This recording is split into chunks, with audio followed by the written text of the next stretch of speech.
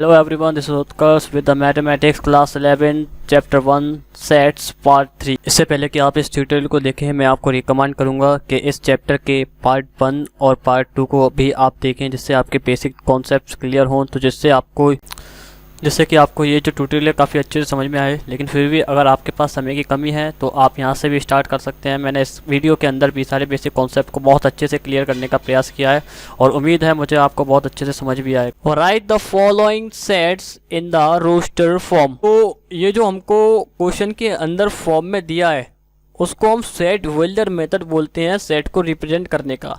इस मेथड के अंदर हम सेट को कैपिटल लेटर से ही रिप्रेजेंट करते हैं, उसके बाद कर्ली ब्रैकेट का यूज करते हैं और उसके बाद एक्स लिखते हैं, फिर कॉलन का साइन। इस कॉलन के साइन को हम रीड करते हैं सच दैट, उसके बाद फिर एक्स लिखते हैं और एक ऐसी प्रॉपर्टी लिख देते हैं कि वो उस सेट के हर एलिमेंट द्वारा सेटिस्फाइड की जाती है।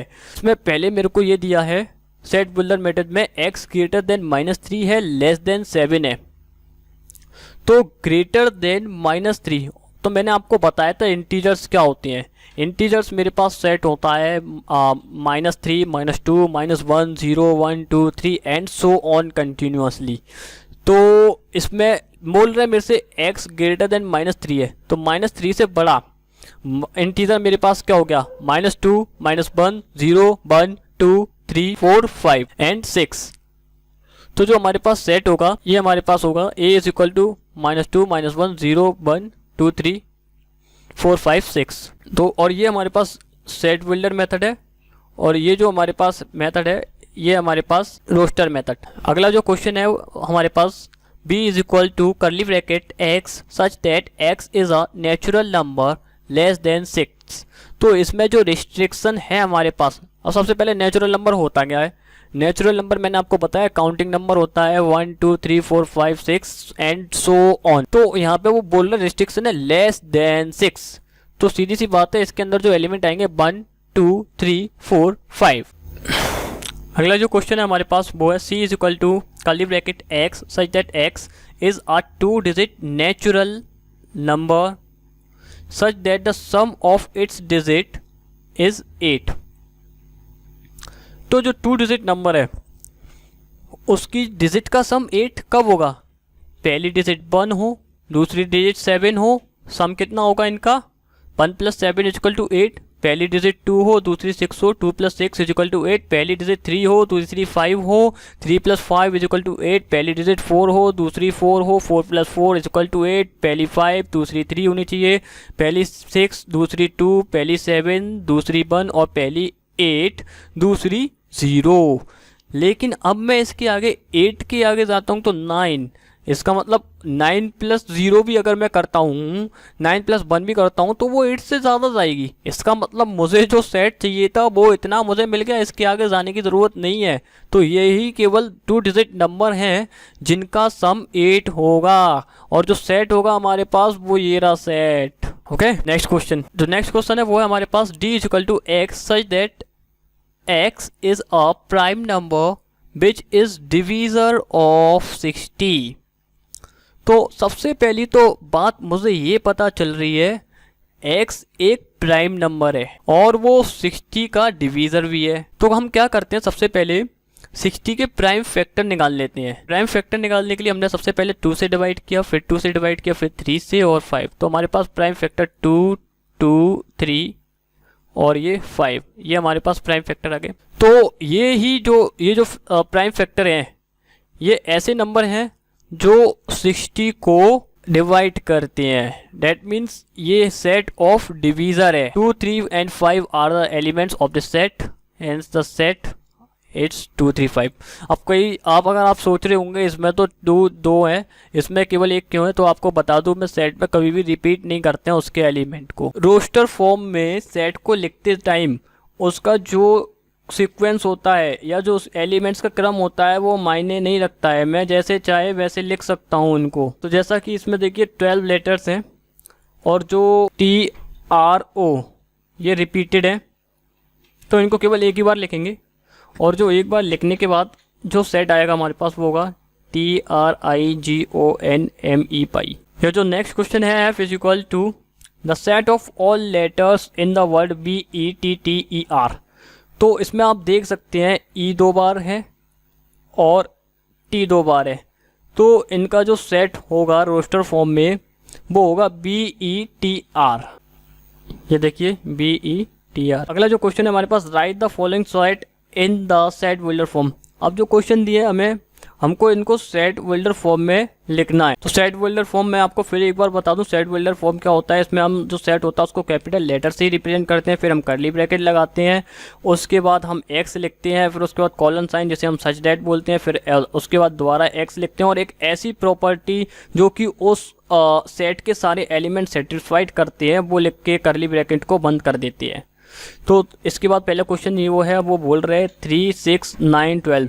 इसको हमको क्या है कि सेट बिल्डर मेथड में चेंज करना है। तो चेंज करने के लिए सबसे पहले तो देखिए, मैं देख सकता हूँ जो 3 है 3 इंटू 1 लिख सकता हूँ मैं इसको, जो 6 है उसको 3 इंटू 2 लिख सकता हूँ, और 9 को 3 इंटू 3, 12 को 3 इंटू 4। इसमें मैं ये देख सकता हूँ ये सभी 3 के मल्टीप्लाई हैं, और जो मल्टीप्लाई में नंबर है वो 1, 2, 3, 4 एक नेचुरल नंबर है। तो क्यों ना मैं इसको 3n लिख दूं। तो इसको अगर मैंने 3n लिख दिया तो n इक्वल टू, अगर मैं 1 रखूँगा तो मेरे पास 3 आएगा, n इक्वल टू 2 रखूँगा तो 2 आएगा, n इक्वल टू 3 रखूँगा तो 9 आएगा, n इक्वल टू 4 रखूँगा तो मेरे पास 12 आएगा। तो मैं इसको रीड करूँगा, curly bracket x such that x is equal to 3n, n belong to natural number 1, 2, 3, 4, 5। अब लेकिन एक बात ये आती है, n belong to natural number, तो नेचुरल नंबर तो 5, 6, 7, 8 कंटिन्यूसली गोज ऑन करेगा। तो हमको इसका मतलब एक रिस्ट्रिक्शन यानी कंडीशन और लगानी पड़ेगी, जिससे कि n एक नेगेटिव नंबर ना हो जाए या n 0 ना चले जाए।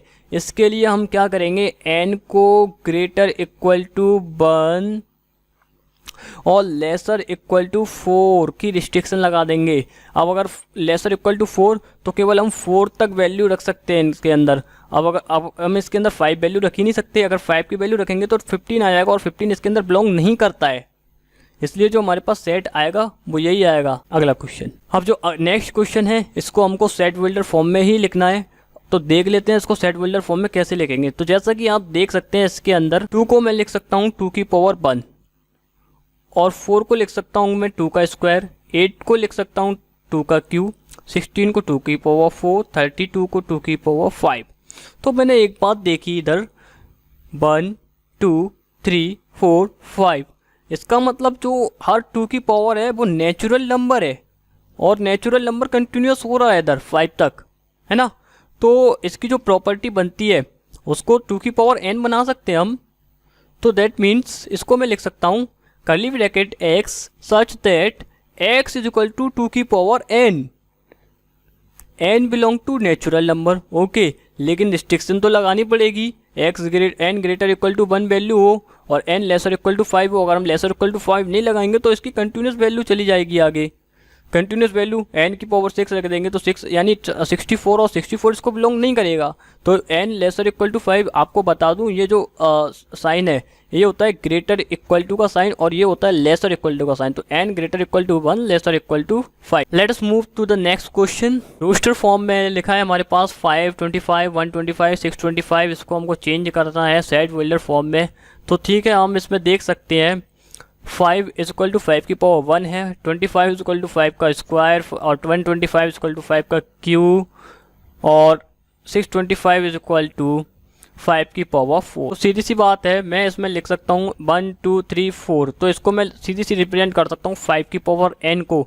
लेकिन भाई वही पुरानी वाली बात आती है दोबारा से, मुझे रिस्ट्रिक्शन तो लगानी पड़ेगी। अगर मैं n की वैल्यू को 4 से आगे लिख दूंगा, 5 लिख दूंगा, तो एक ऐसा एलिमेंट आएगा जो इसको बिलोंग नहीं करेगा और मेरा क्वेश्चन गलत हो जाएगा। तो मुझे लगाना पड़ेगा n लेसर इक्वल टू 4, ये तो बहुत ज़रूरी है। अगला क्वेश्चन है हमारे पास 2, 4, 6 डॉट डॉट डॉट। तो आप अच्छे से देख सकते हैं 2, 4, 6 and so on is a set of all even numbers. ये जो सेट है आपका इवन नंबर्स। अगर आपको नहीं पता इवन नंबर्स क्या होता है, इवन नंबर्स वो नंबर्स होते हैं जो 2 से डिवाइड होते हैं। तो सीधी सी बात है, मैं इसको लिख सकता हूँ e is equal to curly bracket x such that x is a even number. तो अगला क्वेश्चन है मेरे पास एक रोस्टर फॉर्म जिसको मुझे सेट बिल्डर मेथड में चेंज करना है या फॉर्म में चेंज करना है, उसके element 1, 4, 9 dot dot dot up to 100 तक है, तो सबसे पहली बात मैं एक चीज़ देख सकता हूँ इधर 1 का स्क्वायर, ये 2 का स्क्वायर 4, ये 3 का स्क्वायर, फिर 4 का स्क्वायर और ये 10 का स्क्वायर। अच्छे से देख सकते हैं हम इधर। इसका मतलब ये जो नंबर्स हैं ये एक सेट है किसका स्क्वायर, नेचुरल नंबर्स के स्क्वायर का सेट है ये देखिए 1 का स्क्वायर, 2 का स्क्वायर, 3 का स्क्वायर, फिर ये 4 का स्क्वायर भी होता लेकिन वो लिखा नहीं है, ये 10 का स्क्वायर। तो मैं इसको क्यों ना n का स्क्वायर बोल दूं, बिल्कुल, तो मैं इसको बोल सकता हूँ x such that x is equal to n square. n क्या है हमारे पास, n belong to natural number, ये हमारे पास बिलोंग टू का साइन है, याद रखना। एंड रिस्ट्रिक्शन लगानी पड़ेगी भाई, क्योंकि n हमारे पास यहाँ पे 10 तक है, केवल n केवल 10 तक है हमारे पास इधर, तो n ग्रेटर इक्वल टू 1 और लेसर इक्वल टू 10, ये लगाना बहुत ज़रूरी है। तो हमारे अगर ये हम सीधी सी बात है, अगर मैं 1 से लेकर 10 तक की वैल्यू इधर रख दूंगा तो आप देखेंगे आपको ये जो सेट है पूरा दोबारा से वापस मिल जाएगा, सेम टू सेम। उम्मीद करता हूँ आपको ये ट्यूटोरियल समझ में आया होगा, लेकिन फिर भी अगर आपको कोई डाउट है तो आप वीडियो को दोबारा देखिए, आपको ज़रूर समझ में आएगा। पार्ट 1 और पार्ट 2 भी देखिए इसका, तो आपको बहुत अच्छे समझ में आएगा।